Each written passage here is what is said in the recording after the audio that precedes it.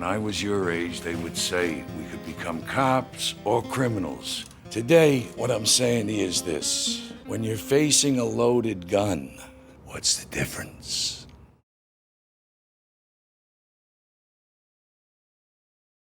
There's a sad underlying theme to Martin Scorsese's Oscar-winning masterpiece, The Departed. Put simply, it's that at the end of the day, no matter how morally you act, what profession you find yourself in, or how true to yourself you are each and every day, we're all facing down the loaded gun of our own mortality. That's not to say you shouldn't try to act morally, or that it's hopeless for everyone. Sergeant Dignam does make it out alive at the end of the movie, and you can't say that for most of the other characters. It's just to say that the world isn't as black and white as we often like it to be. The movie tells the parallel stories of Colin Sullivan and William Billy Costigan, two new police officers from the rough-and-tumble, crime-ridden South Boston. The difference between them, though, is that Sullivan, who did well in school and stayed out of trouble as a kid, was actually groomed by big-time crime boss Frank Costello to be a mole in the Boston Police Department.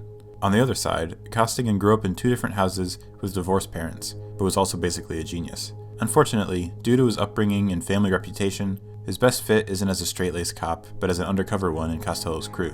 So you have Sullivan, a bad guy who's pretending to be good, contrasted with Costigan, a good guy who's pretending to be bad. And you have Costello, who's a really bad guy, but is also an FBI informant. So then the thematic question is, can we ever be who we truly are? Or to take it a step further, is there a singular defining version of ourselves? These are truly difficult questions to answer.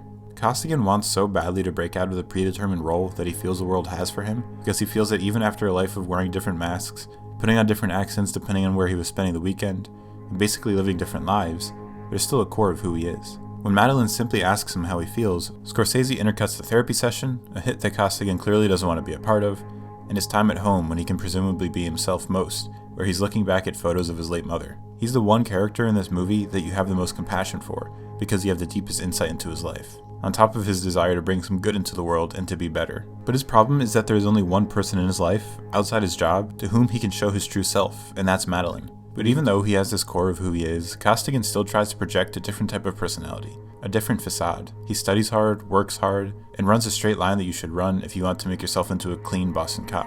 But his past is always chasing him. You've already pretended to be a Costigan from South Boston. Why are you pretending to be a cop? Let's try to answer that question. Why does he want to be a cop? It could be that it could garner him some sort of respect.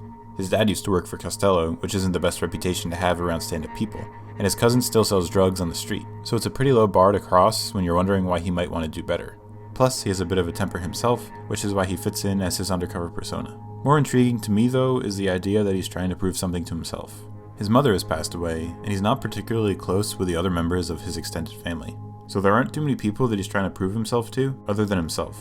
Dignam tells him that he's more suited to being an astronaut than a cop. He's visually introduced as a clean-cut, hardworking rule follower, and we're shown repeatedly that he has a soft, compassionate side that just wants the basic form of genuine human connection. Guy comes in here against every instinct of privacy, of self-reliance that he has, and what do? So it makes sense that he wants to show himself that he can be better. And this is in contrast with Sullivan, who we never once see even try to do the right thing. He's always up for himself, is ready to tamper with crime scenes, is a pathological liar thanks to his being groomed by Costello, and the only reason he even does the heroic thing and takes down Costello at the end is because he found out he was in line to be ratted out to the FBI.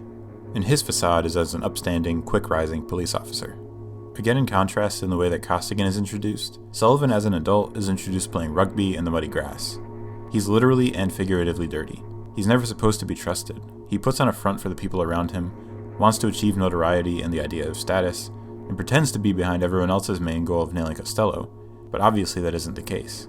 He also treats Madeline more as a trophy or a card to play than he does a true companion. Marriage is an important part of getting ahead. Married guy seems more stable. People see the ring, they think at least somebody can stand. Their dialogue is more bantery than the kind that will build any sort of personal connection, and he doesn't let her put her childhood photos up in the condo that they share together. He never actually cares for her in the way that you're supposed to with a significant other. It's all about status and power. The film does dive into some of the ramifications of living such a life for Sullivan. When he's finally made it in as a cop at the beginning of the movie, we get this beautifully Scorsese shot of Sullivan looking up at the police station, where this circle effect shows just him before opening up to the whole screen, kind of implying the potential he has within this new position. But after a whole movie of doing the kinds of things I was just talking about, the circle moves in the opposite direction, showing the lonely, insular life of someone who does the wrong things for the wrong reasons. In some of Scorsese's other famous and popular movies about excess and crime, like Goodfellas, The Wolf of Wall Street, or even Casino, you can sometimes find yourself enamored with the lifestyle of crime and wrongdoing, if only for a short while. Henry Hill's, As far back as I can remember, I always wanted to be a gangster. or Jordan Belfort's insane parties and lavish lifestyles seem appealing for a time, before everything starts spiraling downhill for the protagonists. But that's not the case at all in The Departed. You for sure feel sympathy for Costigan throughout the movie, but you never envy his situation. That's of course by design, and it's a very specific reason that you don't get to particularly enjoy anything the characters are doing. They're being oppressed by systems and institutions that are more powerful than themselves. And that's the main linchpin of pessimism in The Departed. Institutional failure causes moral and personal corrosiveness. Due to an unmitigated failure in education, the church, and the state, morality or living an upstanding life is off the table. Starting with education, towards the very beginning of the movie, when Costello is meeting the young Sullivan for the first time, he asks him, You do good in school? to which the young Sullivan answers yes, and Costello replies, I did too. They call that a paradox. The institution of the school that's designed to get him a good education so he can go off and excel in the world, ironically, paradoxically failed him. He's successful alright, by a certain standard, but he's in no way morally upstanding or successful in the way that he's supposed to be based off an education. Costigan quotes Hawthorne and is familiar with John Lennon, and got a 1400 on his SATs, but look where it's gotten him in the world. Not far enough to make something of his life in the way that he wants to. And Sullivan's realized that a life of crime with Costello will bring him more prosperity, at least in the short term. The church is a bit more prevalent than education. Costello refers to his affair with a nun, makes reference to the company that Catholic priests might prefer, and even dies in a crucifix position. Throughout his movies, Scorsese has always had a complicated relationship with faith and the church. At one point in his life, he was even enrolled in seminary before he eventually flunked out. And while Scorsese's religious ideals can hit you over the head at times, they're a bit more subtle in The Departed, a dark cloud hanging over the entirety of the film.